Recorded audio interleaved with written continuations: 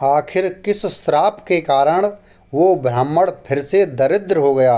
ब्राह्मण और नाग देवता की कहानी। एक समय की बात है, चांदपुर नाम के एक गांव में रामदेव नाम का एक दरिद्र ब्राह्मण अपनी पत्नी और अपने एक बेटे के साथ रहता था। बहुत गरीबी में वो जैसे तैसे अपना जीवन यापन कर रहा था। रामदेव भगवान शिव को बहुत मानता था, मन ही मन हमेशा उनका जाप करता रहता था। तो वहीं ब्राह्मण की पत्नी बहुत ही ज़्यादा धूर्त और लालची थी। वो हमेशा किसी न किसी बात को लेकर पति से झगड़ती रहती। ब्राह्मण की पत्नी ने ब्राह्मण से कहा कि इस गांव में तो हमें कोई भिक्षा नहीं देता, आप दूसरे गांव में जाकर भिक्षा क्यों नहीं मांगते। इस तरह दरिद्रता में हम कब तक जिएंगे। ब्राह्मण ने उत्तर दिया कि मैं अपनी तरफ से कोशिश तो करता ही हूँ, अब अगर मेरी किस्मत में ही सुख नहीं है तो मैं क्या करूं। ब्राह्मण की पत्नी बोली, आपकी बातें तो बड़ी बड़ी निकलती हैं, करने के नाम पर कुछ नहीं। घर में बैठकर क्या करेंगे, जाओ बाहर और कुछ कमा कर लाओ। रोज़ रोज़ ब्राह्मणी के झगड़े और तानों से तंग आकर एक दिन वो अपना पोथी पत्रा उठाकर घर से दूसरे गांव चला गया। उस गांव में जाकर भागवत कथा सुनाने का प्रयास किया, लेकिन कोई उससे कथा सुनने को तैयार नहीं था। ऐसे में दुखी होकर वो वापस अपने गांव लौटने लगा। रास्ते में एक पीपल के पेड़ के नीचे जाकर विश्राम करने लगा। उस विशाल पीपल के पेड़ की जड़ में एक काला नाग रहता था। ब्राह्मण मन ही मन सोचता है, हे भोलेनाथ, ये आपकी कैसी माया है। मैं आपकी कथा सुनाकर अपना घर संसार चलाना चाहता हूँ, लेकिन मुझसे तो कोई कथा सुनने को भी तैयार नहीं है। मैं क्या करूं प्रभु, अब तो आप ही मुझे कोई रास्ता दिखाओ। हे प्रभु, मैं यहीं इस पीपल वृक्ष के नीचे बैठकर कथा कहता हूं और आप ही मेरी कथा को सुनो, क्योंकि और तो कोई सुनता नहीं है। ये सोचकर ब्राह्मण वहीं अपना पोथी पत्रा निकालता है और विधि पूर्वक कथा कहना प्रारंभ करता है। ऐसे में पेड़ की जड़ में बैठा वो नाग कथा सुनने लगता है। पूरी कथा को वो बहुत ध्यान से सुनता है। जब कथा समाप्त होती है तो बाहर आकर ब्राह्मण को एक सोने का सिक्का दान में देता है और फिर कहता है कि तुम रोज़ यहाँ आकर कथा कहा करो, तुम्हें और कहीं जाने की ज़रूरत नहीं है। मैं तुम्हें रोज़ एक सोने का सिक्का दक्षिणा में दूंगा, लेकिन ये बात तुम किसी और से मत कहना।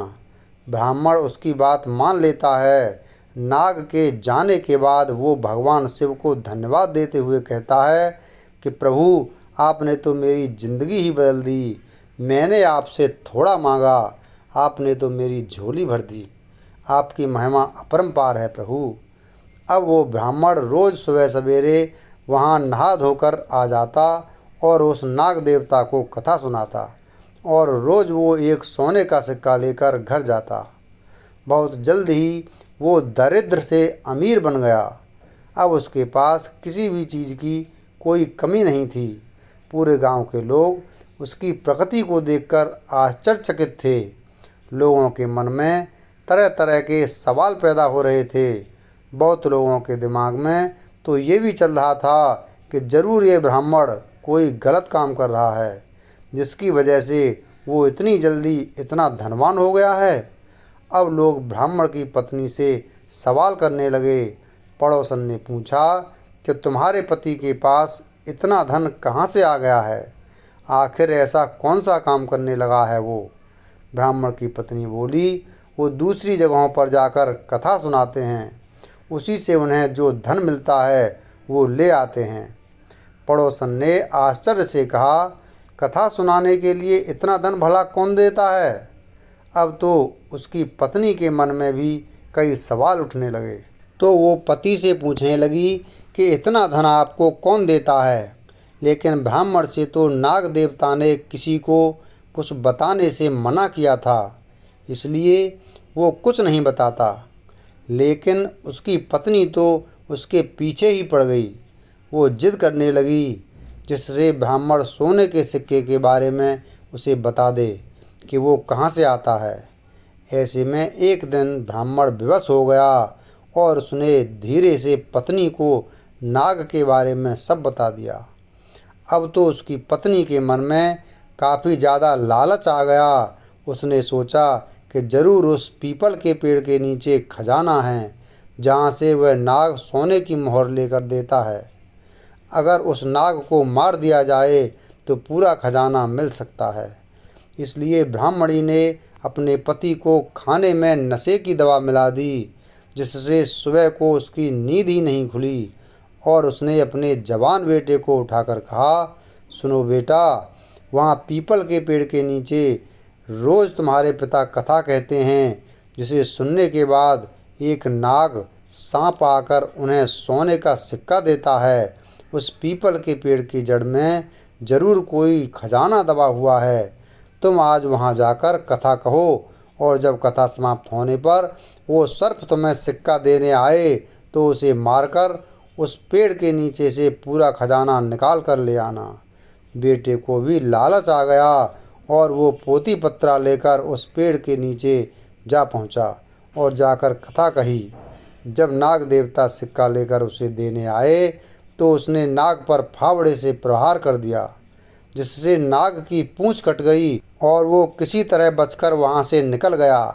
जैसे ही ब्राह्मण के बेटे ने पेड़ के नीचे खोदना शुरू किया तो नाग ने पीछे से उस ब्राह्मण के बेटे को डस लिया, जिससे उसकी मृत्यु हो गई।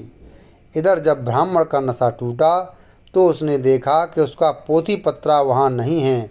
उसे समझ में आ गया कि कुछ तो गलत हुआ है। वो जल्दी जल्दी से पीपल के पेड़ के पास गया तो अपने बेटे को मृत देखकर दुखी हो गया। अब उसे सारी बात समझ में आ गई थी। उसने अपने बेटे के मृत शरीर का अंतिम संस्कार किया।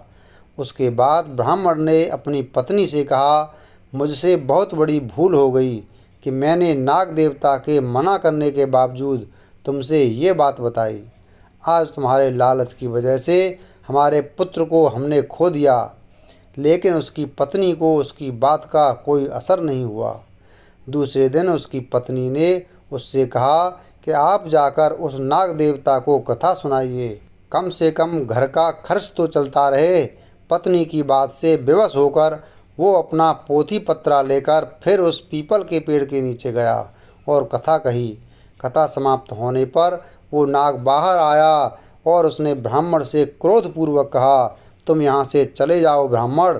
तुम पुत्र की मृत्यु से दुखी हो तो मैं अपने पूंछ को खोने से दुखी हूँ। मैंने तुम्हें पहले ही मना किया था कि ये बात तुम किसी को मत बताना, लेकिन तुमने मेरे साथ विश्वासघात किया। मैं तुम्हें श्राप देता हूँ कि जो भी संपत्ति तुमने मेरे द्वारा अर्जित की वो सारी नष्ट हो जाएगी। नाग के श्राप से कुछ दिनों में ब्राह्मण फिर से दरिद्र हो गया। उसने अपनी पत्नी से कहा, आज तुम्हारे लालच की वजह से हम फिर से दरिद्र हो गए हैं। अब उसकी पत्नी को भी अपने किए पर काफ़ी पश्चाताप हुआ, लेकिन होनी को कौन टाल सकता है और बीता हुआ समय वापस नहीं आता। इस कहानी से हमें ये सीख मिलती है कि इंसान को कभी भी लालच नहीं करना चाहिए, क्योंकि ज़्यादा लालच इंसान के लिए घातक साबित हो सकता है। वीडियो अगर पसंद आया हो तो वीडियो को लाइक करें, चैनल को सब्सक्राइब करें और बेल आइकन प्रेस करें। धन्यवाद।